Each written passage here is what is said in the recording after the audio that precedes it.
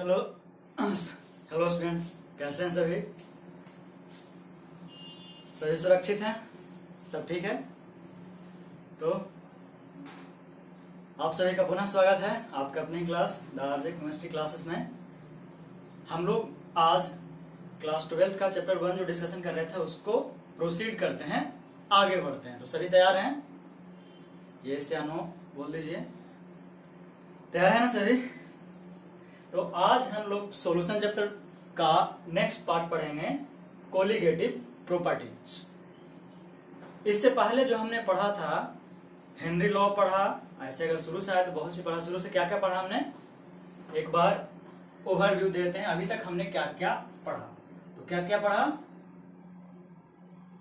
Concentration terms. सबसे पहले क्या पढ़ा? कंसंट्रेशन टर्म्स पढ़ा ना। उसके बाद क्या पढ़ा? कंसंट्रेशन टर्म्स के बाद कुछ याद है ना? सब भूल गए? क्या पढ़ा कंसंट्रेशन के बाद? Henry law. क्योंकि उसके बाद सीधा हम लोग आते हैं सोल्यूबिलिटी पे। क्या पढ़ा? Solubility.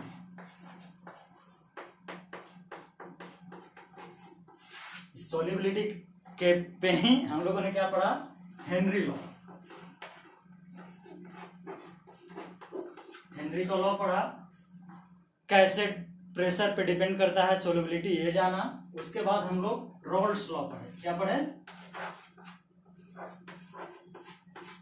Rawls law. Rawls law पढ़ा हमने किसके लिए?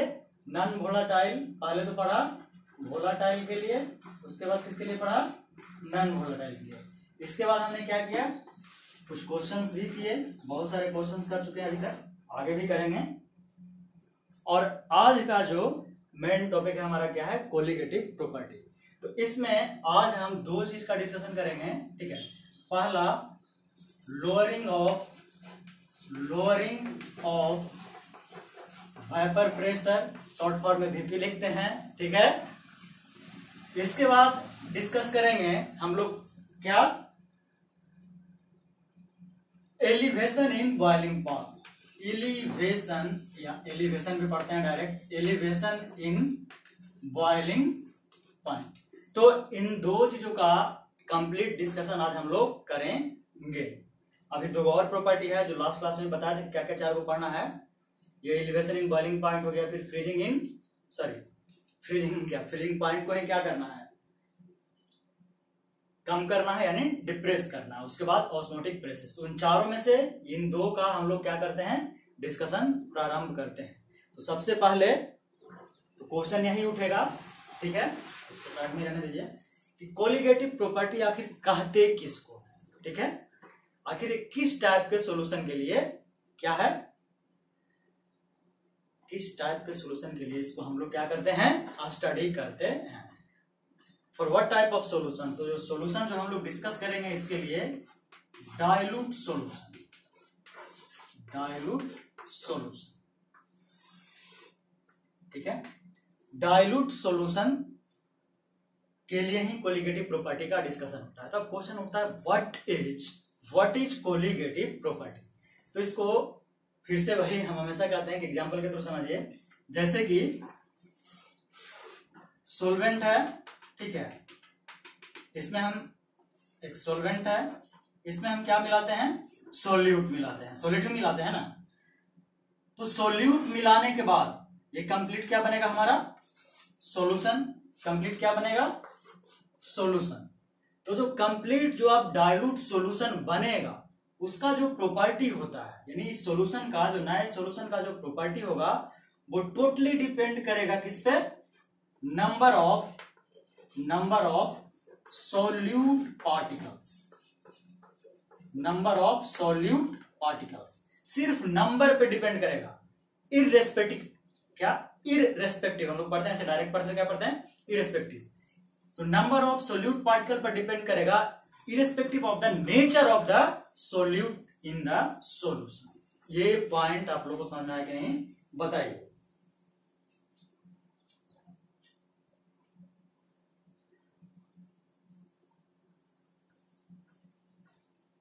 ठीक है? किस पे डिपेंड करेगा? नंबर ऑफ सोल्यूट पार्टिकल पे इरेस्पेक्टिव ऑफ द नेचर, कितना ज्यादा सॉल्यूशन में पार्टिकल अवेलेबल है, that is known as colligative properties. या इसी को फिर क्या कह सकते हैं कि in fact the property completely depends on solvent. Clear है? इसको लास्ट में हम ये कह सकते हैं कि क्या नेचर ऑफ सॉल्वेंट पे ही डिपेंड करेगा, कि सॉल्वेंट ही डिसाइड करता है कि हमें कोई घुलेगा यानी मैं घुलने दूंगा या नहीं। हम किसी जैसे क्या करें, वाटर में हम लोग नेल क्या करें, घोला है, घुलेगा। नेल मतलब आयरन का नेल, ठीक है, आयरन नेल, एल्यूमिनियम नेल, कोई भी नेल लीजिए, उसको घुलाएंगे तो वो घुलेगा क्या, वो जाकर के नीचे क्या हो जाएगा, बैठ जाएगा, प्रेसिपिटेट हो जाएगा, जाकर नीचे क्या हो जाएगा, पेंदे में बैठ जाएगा। तो ठीक है, अब क्लियर हुआ किसको बोलते हैं, क्या, कोलिगेटिव प्रॉपर्टी। तो इसका डेफिनेशन भी हम आपको लिख देते हैं, ठीक है। तो आपका इसका डेफिनेशन लिख देते हैं, the properties of solution that depends on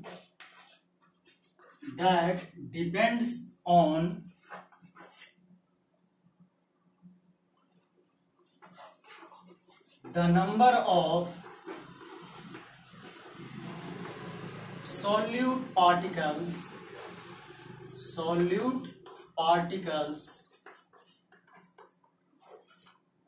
irrespective of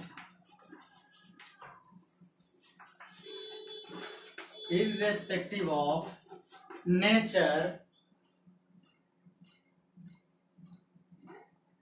irrespective of their nature relative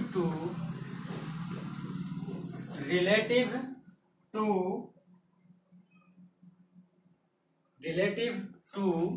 the total number of particles present in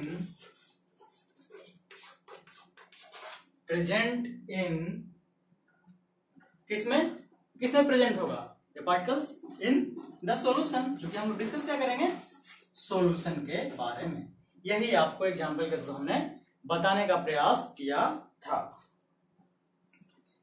कि जो डाइल्यूट सॉल्यूशन बनेगा उसका प्रॉपर्टी किस पे डिपेंड करेगा, नंबर ऑफ सोल्यूट पार्टिकल्स पे, उसका नेचर कैसा है, सॉल्यूशन के रिलेटिव में इससे कोनो फर्क नहीं पड़ता, ठीक है, कोई फर्क नहीं पड़ता है, देयर्स नो सच इफेक्ट।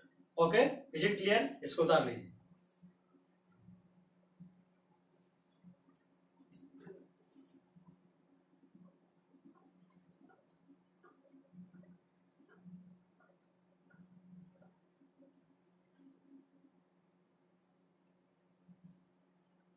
ठीक है, हो गया, आप लोग आगे बढ़े हम लोग।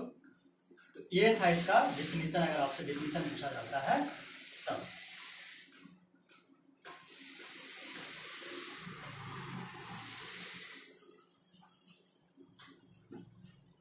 अब हम लोग बढ़ते हैं किसमें, पहला पॉइंट में, कोलिगेटिव प्रॉपर्टी का पहला क्या, relative lowering of vapour pressure. इसको हालांकि ऑलमोस्ट हम डिस्कस कर चुके हैं। देखिए क्या कहे थे कि जैसे क्या है, एक ये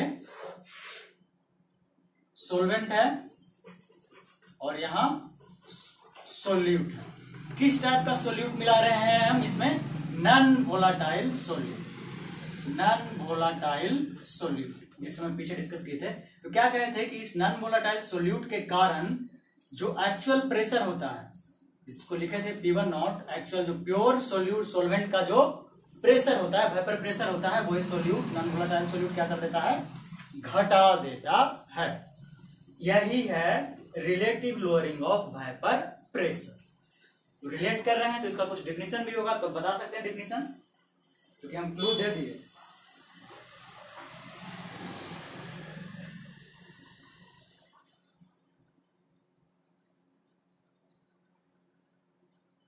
ठीक है, तो डेफिनेशन क्या हो सकता है इसका,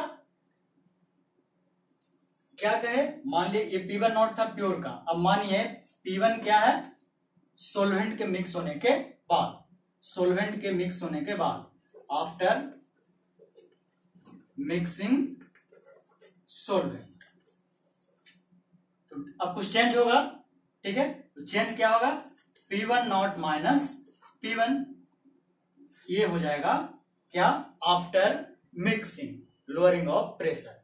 तो रिलेट करना है, तो रिलेट क्या करते हैं, कैसे करते हैं, जो आफ्टर बाद में आए उससे किससे करते हैं, पहले वाला से, यही होगा relative lowering of vapour pressure. इसको इस तरह से भी लिखते हैं, या वाइपर प्रेशर रिलेटिव लोअरिंग, इस तरीके से भी लिखते हैं। ये समझ में तो पिछले क्लास में भी अच्छे से आ गया होगा, जो नहीं देखे पिछला क्लास वो भी देख सकते हैं। वही बताया था कि अगर नॉन वोलेटाइल सॉल्यूट ऐड करते हैं किसी भी सॉल्यूशन में, तो वो क्या करता है, वाइपर प्रेशर पूरे सॉल्यूशन में क्या करता है, डिक्रीज कर देता है। इसको इस तरह से डिफाइन करते हैं, और अगर इसको आप वर्ड में डिफाइन करना चाहें तो भी कर सकते हैं। कैसे कर सकते हैं, it is defined as the, it is यानी relative lowering of vapour pressure is defined as the, क्या बोल सकते हैं इसको, क्या है, रेशियो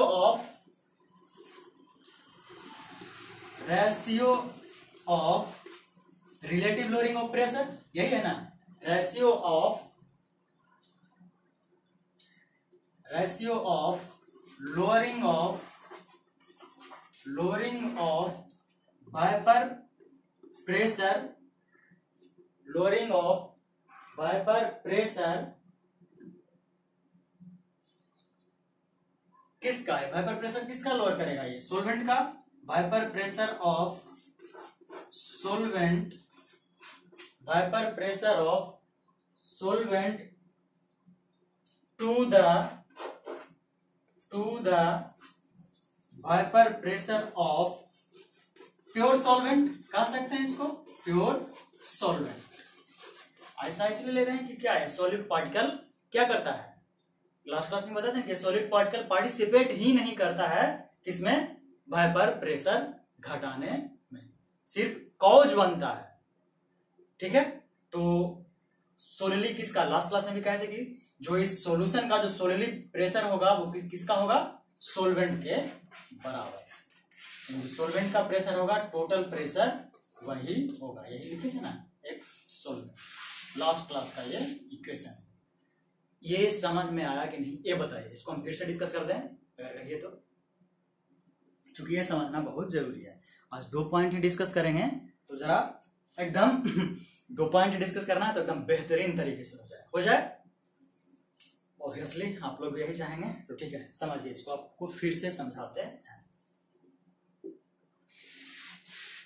समझना बहुत ही आवश्यक है। ये डायग्राम रहने देते हैं क्योंकि बहुत ही जरूरी है इसको समझने के लिए। मिटाने के लिए स्पेशल एफर्ट लगाना पड़ रहा है, तो वीडियो बनाने में इतना एफर्ट पड़ रहा है, तो जरा इसको लाइक शेयर और सब्सक्राइब भी कीजिए दोस्तों, है ना फ्रेंड्स। देखिए क्या कि जब सॉल्वेंट में, ठीक है, कोई नॉन वोलेटाइल सोल्यूट मिक्स करते हैं तो वो उस पूरे सॉल्यूशन का क्या करता है, वाइपर प्रेशर को क्या करता है, घटा देता है। और यहाँ जो वाइपर प्रेशर अब नया बनता है वो total vapour pressure TVP solely depend करता है प्रेशर ऑफ सोलवेंट। जो प्रेशर सोलवेंट अप्लाई करता है बस वही पूरे सॉल्यूशन का होता है। लास्ट क्लास में Raoult's law of non volatile solution में एकदम आप लोगों को अच्छे से बताया गया है ना। तो अब हम लिख रहे हैं फिर से कि let P1 naught is equal to vapour pressure of pure solvent, इसका सॉल्वेंट का P1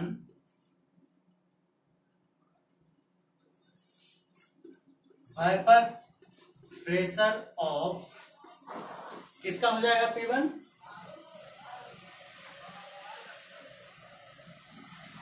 और ये क्या रहेगा partial vapour pressure of solvent. ये कब का है? जब हम लोग सॉल्यूट मिक्स कर दें तब। हम समझाने के लिए बता रहे हैं कि सॉल्यूट मिक्स कर दें तब। ठीक है, ये हो गया। तो फिर फाइनल क्या हो जाएगा? फाइनल क्या लिख रहे हैं? आफ्टर मिक्सिंग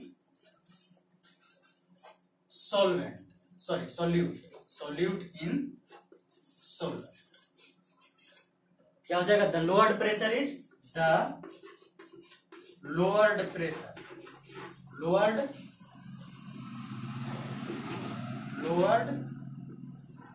प्रेशर कितना हो जाएगा?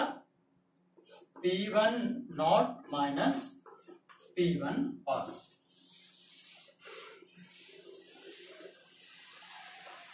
अब ये तो समझ में आ गया होगा आराम से। तो हम लोग रिलेटिव टर्म डिफाइन करते हैं, तो रिलेटिव एक दूसरे से रिलेट ही करते हैं किसी से। तो इस पूरे टर्म को किससे रिलेट कर रहे हैं हम लोग? तो अब जो P1 naught minus P1 by P1 not, ये हुआ आपका एक्सप्रेशन किसका? Relative lowering of vapour pressure. अब क्लियर है? अब समझ में आना चाहिए सब कुछ। डेफिनेशन बोल देते हैं एक बार, फिर से बता भी दिए, फिर लिख भी दिए कि relative lowering of vapour pressure is defined as the lowering of vapour pressure, ठीक है, lowering of vapour pressure of solvent with respect to the vapor pressure of pure solvent, the vapor pressure of pure solvent। ये हुआ relative lowering of vapour pressure. और ये हुआ क्यों? Non volatile solute mix करने के कारण। इतना तक क्लियर है? उम्मीद करते हैं सब कुछ समझ में आ गया होगा। बहुत ही आसान था ये, जो कि पिछले क्लास से ही रिलेटेड है। यही तो है, यही तो मजा है साइंस का, पीछे से ही रिलेट करते हैं। इसका स्क्रीनशॉट आप ले लीजिएगा।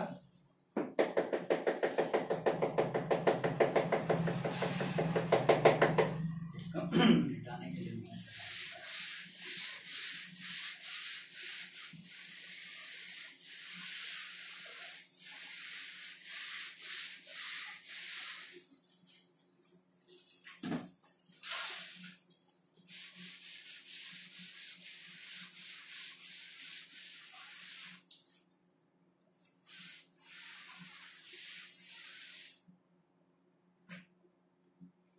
तो हमारा क्या है? रिलेटिव लोअरिंग, ठीक है। उसी को हम लोग क्या करेंगे?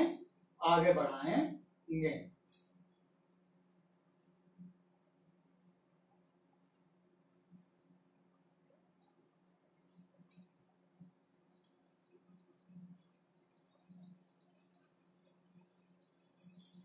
तो हमारा क्या आ गया?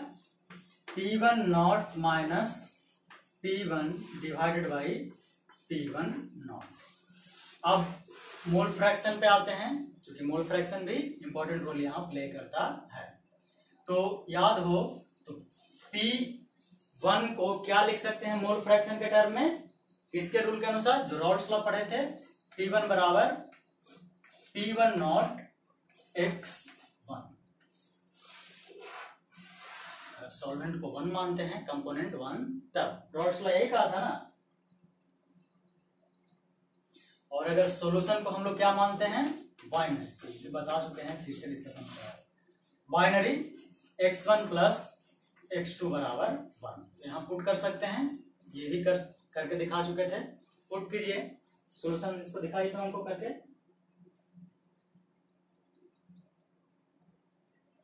सिंपल तो है, यहाँ से x1 का वैल्यू पुट कर दीजिए ना, तो क्या हो जाएगा? ये x1 का वैल्यू पुट कर दीजिएगा, तो यहाँ से 1 माइनस x2 हो जाएगा, यानी P1 not 1 minus x2। Clear है?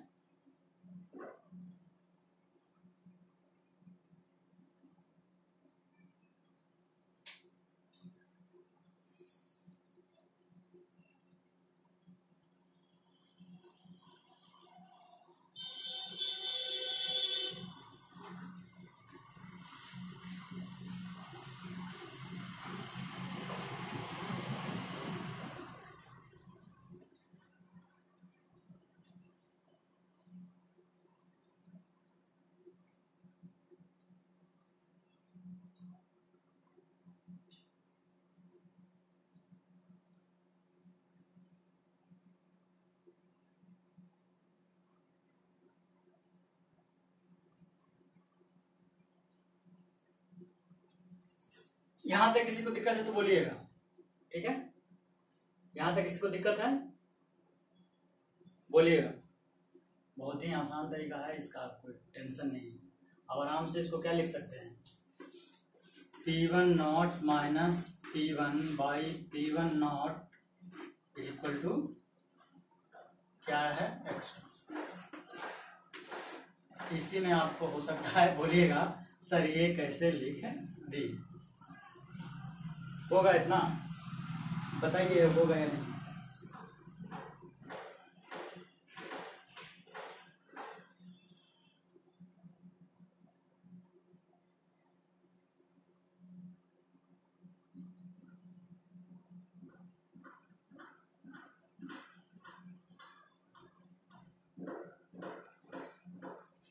क्लियर है? ये समझने का प्रयास कीजिएगा, इसको बताइए हम आया ना समझ में? यहाँ क्या हम डायरेक्ट लिख दिया इसको, आपको देखिए यहाँ से P1 बराबर P1 नॉट 1 माइनस x2 तो लिख सकते हैं, ठीक है? तो देखिए ये क्या हो गया, P1 is equal to P1 naught minus P1 naught x2 लिख सकते हैं, आराम से लिख सकते हैं ना, इसमें कोई दिक्कत? अब इसको इस तरफ ले आइए तो क्या हो जाएगा, P1 नॉट 1x2 हो जाएगा और इसको इस साइड में लेकर के चले जाइए। ये मैथमेटिक्स है, सिंपल मैथमेटिक्स, इतना हो जाएगा।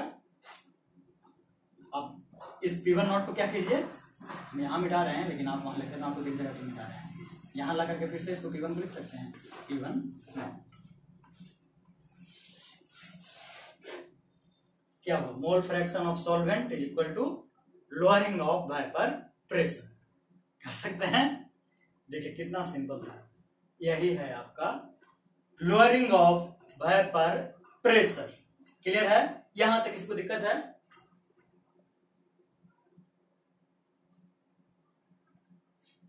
ठीक है, ये मोल फ्रैक्शन ऑफ सॉल्वेंट आ गया।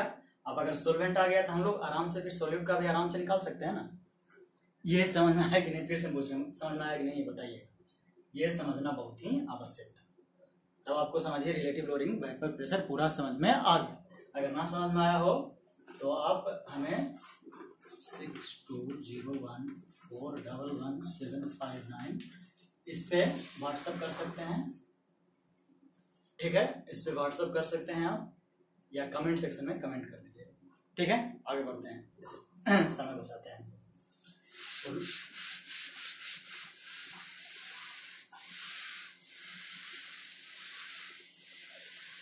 इसको रहने देते हैं, यूज होगा। तो यह हो गया। अब हम लोग निकालते हैं क्या है, मोल fraction of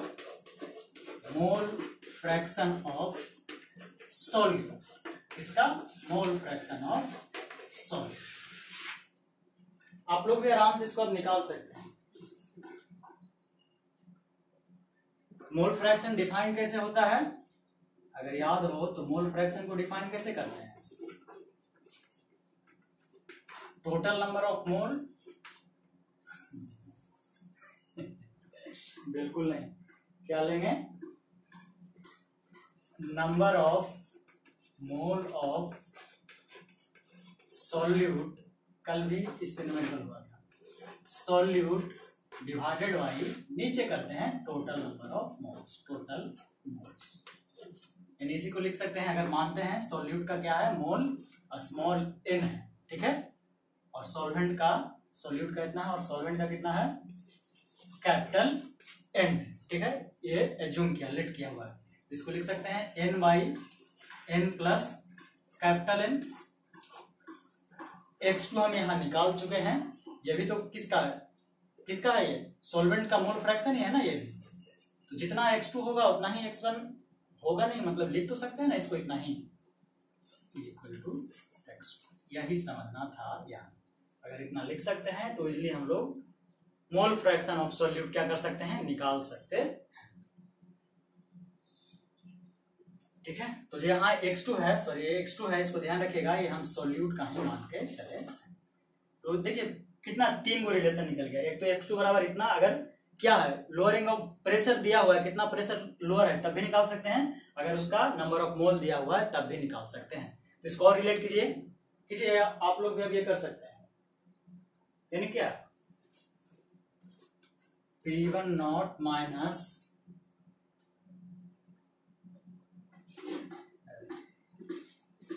P1 divided by P1।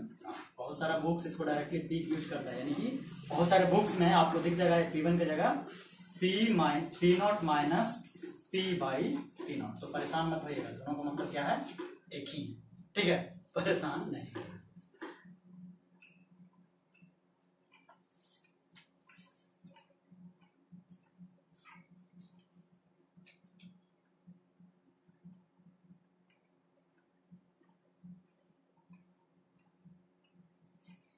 ठीक है, जो हम ये लेकर के चल रहे हैं P1, ये आपको स्टैंडर्ड एनसीईआरटी के अनुसार लेकर के चल रहे हैं। और अगर एनसीईआरटी में और जाएं हम डीप, तो यहाँ जो सोल्यूट लेता है वहां पे N2 लेगा। ठीक है, बुक में आप देखिएगा आपको मिल जाएगा।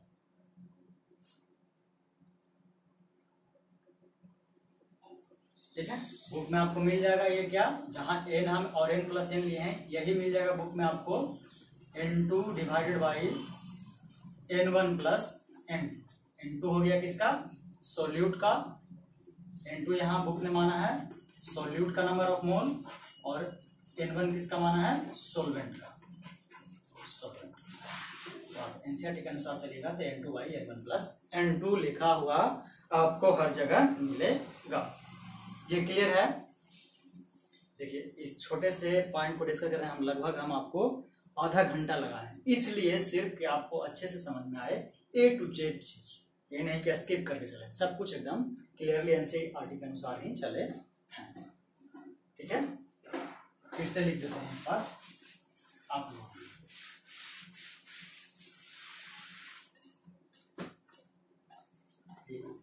P1 naught minus P1 by P1 naught is equal to N2 by N1 plus N2। ठीक है, N2 by N1 plus N। अब टर्म्स जहां N2 क्या है, नंबर ऑफ मोल्स ऑफ, क्या होगा बता सकते हैं, नंबर ऑफ मोल्स ऑफ, शुरू से बोलते हैं क्या है, सॉल्यूट का number of moles of solute. N1 है आपका number of moles of solvent. अगर आप इसी को और एक्सपेंड करना चाहें तो और भी हम लिख सकते हैं। ठीक है, क्या लिख सकते हैं बता सकते हैं, देखिए क्या लिख सकते हैं, वेट ऑफ सॉल्यूट। ठीक है, वेट ऑफ सॉल्यूट क्यों लिख रहे हैं, आपको पता है नंबर ऑफ मोल कैसे निकालते हैं ना, वेट ऑफ यानी गिवन वेट डिवाइडेड बाई, यानी weight of solute divided by molar mass of solute divided by, फिर से वही हो जाएगा, weight of solute divided by molar mass of solute, plus यहां वेट ऑफ सॉल्यूट है सब कुछ। ठीक है, यहां क्या हो जाएगा, solvent, solvent divided by molar mass of solvent. ये है आपका कंप्लीट।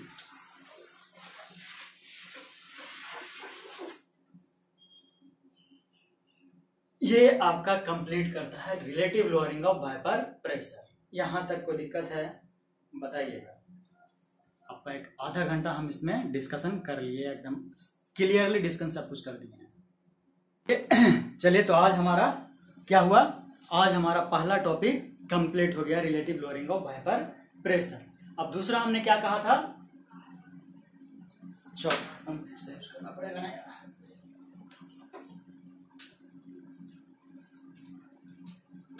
दूसरा हमने क्या कहा था,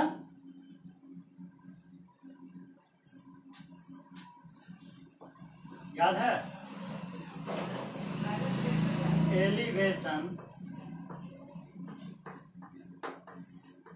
elevation of boiling point, B boiling point में एलिवेशन, इसको समझने का प्रयास कीजिएगा। जैसे फिर से वही एग्जांपल लेते हैं, पहले ये क्या था, यहां सॉल्वेंट है, ठीक है, और ये क्या है, सॉल्वेंट है। और कैसा सॉल्वेंट है, प्योर। तो मानते हैं, सपोज करते हैं कि अगर एक प्योर है सॉल्वेंट, इसका बॉइलिंग पॉइंट है 100 डिग्री, चलिए वाटर ले लीजिए 100 डिग्री सेंटीग्रेड, लेकिन इसमें हम सोडियम क्लोराइड मिला दे रहे हैं। नॉन वोलेटाइल सॉल्यूशन का एग्जांपल था ये। सोडियम क्लोराइड का मतलब NaCl, क्या मिला रहे हैं, सोडियम क्लोराइड। इसका मतलब क्या है, नॉन वोलेटाइल सॉल्यूशन मिला रहे हैं ना। तो क्या अब भी इस जो हमारा अब सॉल्यूशन बनेगा, क्या उसका टेम्परेचर यानी ये बॉयल 100 डिग्री पे ही होगा या उससे ज्यादा पे होगा, बताइए। कुछ मिलाने के बाद क्या ये 100 डिग्री सेंटीग्रेड पे ही बॉयल होगा? तो आपका आंसर सिंपल टर्म में होगा नो सर।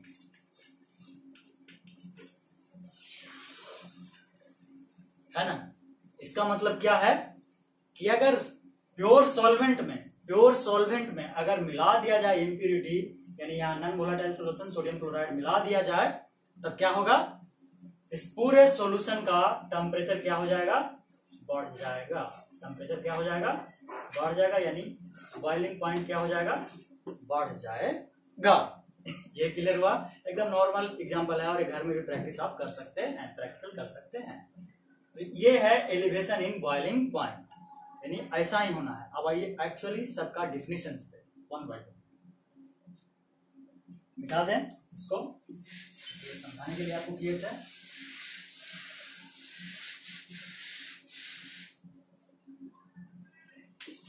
क्या हो गया, एलिवेशन इन बॉइलिंग पॉइंट। लिख देते हैं तो कहेगा सर क्या, मतलब ब्लड प्रेशर भी होता है। बॉइलिंग पॉइंट, तो ठीक है। सबसे पहले अब आप हमें बताइए कि बॉइलिंग पॉइंट कहते किसको। सबसे पहला डिफिनेशन हमें किसका बताइए, बॉइलिंग पॉइंट का, क्योंकि ये भी क्वेश्चन पूछा जाता है। सिंपली आप लोगों को पता ये नहीं कि सिर्फ वेपोराइज हो जाता है कोई भी लिक्विड, आखिर किस कंडीशन में।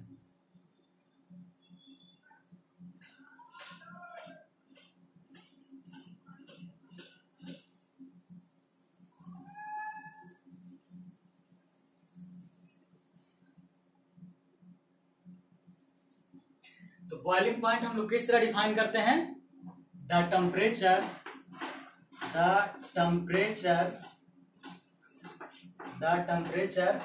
at which क्या बॉइलिंग पॉइंट किसी भी किसका, लिक्विड का, ऑब्वियसली यहाँ लिक्विड कंसीडर कर रहे हैं, ठीक है, at which its vapor pressure becomes equal to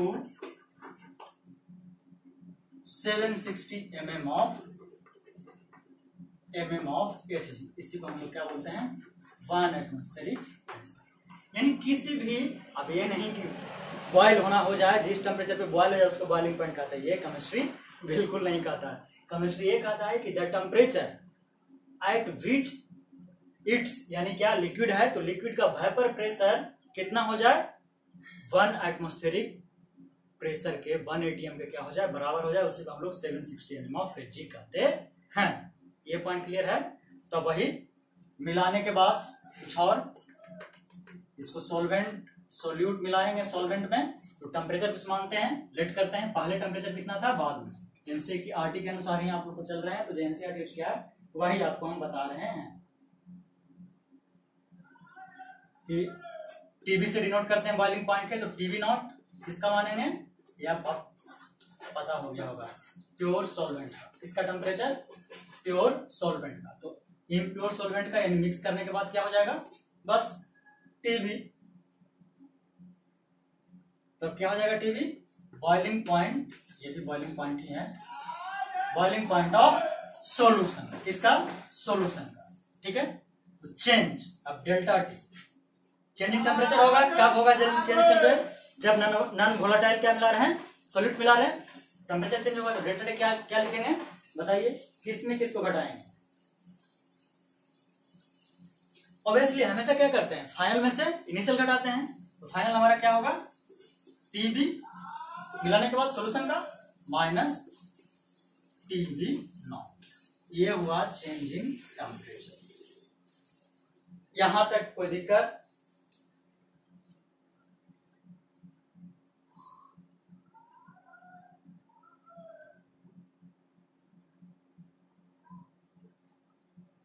ठीक है, तो इसी को बोलते हैं हम लोग क्या, elevation in boiling point. Clear है ये? बताइएगा, दिख रहा है ना? हाँ दिख रहा है। अब पूरा क्लियर है, समझ में आ गया ये? इसको और भी आपको हम वेरियस चीज से क्या करने जा रहे हैं, रिलेट करने जा रहे हैं। लेकिन पहले ये बताइए ये समझ में आया कि नहीं? ये नॉर्मल प्रैक्टिकल है। पानी पीना पड़ेगा, सॉरी उस देर के लिए पानी पी रहे हैं, तब तक इसको नोट्स कर लीजिए।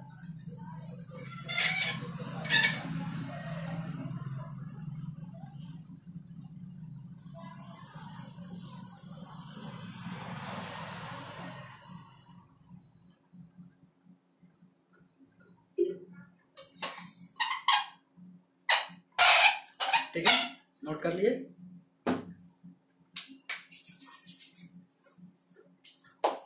तो ये रहा आपका एलिवेशन इन बॉइलिंग पॉइंट। अब इसको बहुत वेरियस चीज से हम रिलेट करते हैं। ठीक है,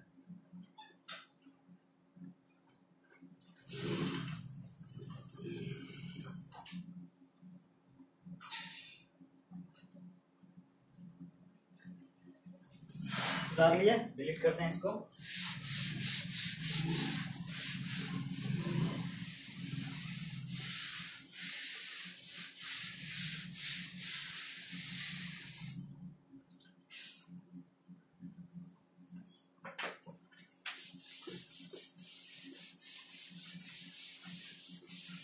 फिर से कह रहे हैं, अगर लेक्चर अच्छा लग रहा है तो सिर्फ देखिए नहीं, लाइक भी कीजिए और शेयर भी कीजिए, सब्सक्राइब भी कीजिए ऑब्वियसली।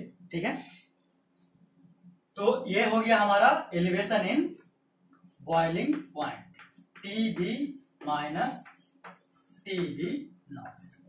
अब बहुत सारा एक्सपेरिमेंट हुआ है, उसमें ये पता चला, एक्सपेरिमेंट करते हैं तभी तो सब कुछ करते हैं, तो एक्सपेरिमेंट में हमें ये पता चला कि डाइल्यूट सॉल्यूशन का जो बॉइलिंग पॉइंट में एलिवेशन होता है, जो बॉइलिंग पॉइंट में डाइल्यूट सॉल्यूशन का, किसका डाइल्यूट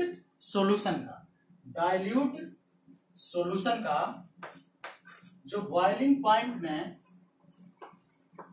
एलिवेशन होता है, बढ़ता है, वो आपका क्या होता है कि डायरेक्टली प्रोपोर्शनल होता है मोलल कंसंट्रेशन के। किसके? Molal concentration.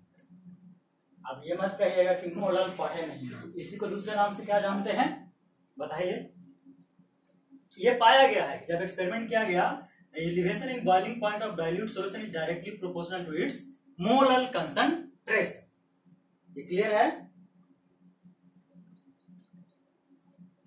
तो अब क्या लिख सकते हैं, डेल्टा टी। अब इसको डेल्टा टी भी लिखता है सब बुक्स, ठीक है, बहुत सारा बुक्स डेल्टा टी यूज करता है और डेल्टा टीवी भी यूज करता है। एनसीईआरटी इसको क्या करता है, डेल्टा टीवी। तो delta TV is directly proportional to molal concentration.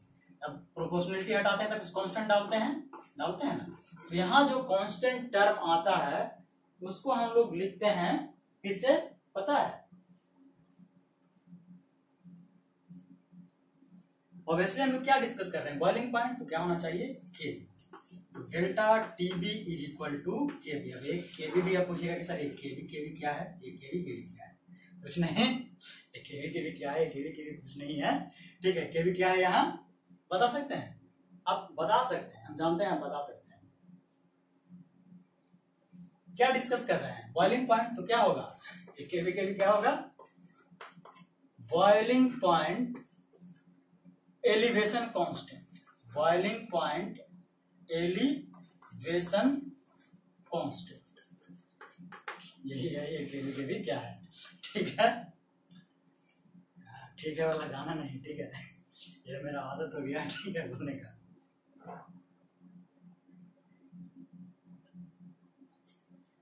और इसी को इस मोललिटी के, मोलल के कारण दूसरे नाम से भी जानते हैं, मोलल कांस्टेंट ऑफ एलिवेशन या एलिवेशन मोलल कांस्टेंट, बहुत नाम से जानते हैं।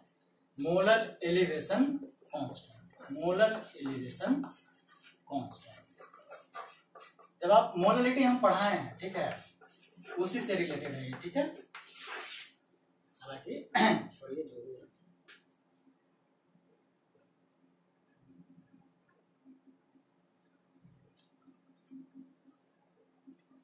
तो इतना तक क्लियर है। ये हमारा था क्या, दूसरा पॉइंट। और जो एलिवेशन ऑफ बॉइलिंग पॉइंट है, ये आपका अब खत्म होता है, ठीक है। इसको और भी बहुत एक और नाम से जानते हैं, इसको अगले क्लास में बताएंगे अच्छे से। आज न्यूमेरिकल नहीं करेंगे। यहां तक परफेक्टली क्लियर है कि नहीं, ये जरा बता दीजिए। कहीं किसी को दिक्कत है तो बोल सकता है, नहीं तो आज हम समाप्त करते हैं या आगे बढ़े, बताइए जैसा कहें। लेकिन बेटर हम कहते हैं कि दो चीजें डिस्कस करेंगे, ठीक है। तो इस पे जो न्यूमेरिकल्स बनेगा, ठीक है, इस पे जो न्यूमेरिकल्स बनेगा उसको हम लोग कल के क्लास में डिस्कस करेंगे, ठीक है। किस पे, एलिवेशन इन बॉइलिंग पॉइंट इस पे, और किस पे, इसे क्या डिस्कस किए, lowering of vapour pressure. Clear है इतना पॉइंट। तो आप सभी का लेक्चर देखने के लिए धन्यवाद, ठीक है। अपना ख्याल रखिए, ठीक। जय हिंद, जय भारत।